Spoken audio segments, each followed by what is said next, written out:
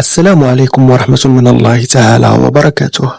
أهلا وسهلا بكم. سأقدم لكم في هذا الفيديو قمة المباريات الودية التحضيرية التي تجمع بين فريقي يوفنتوس ضد تشيلسي.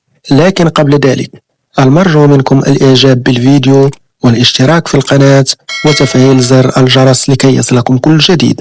لنبدأ على بركة الله.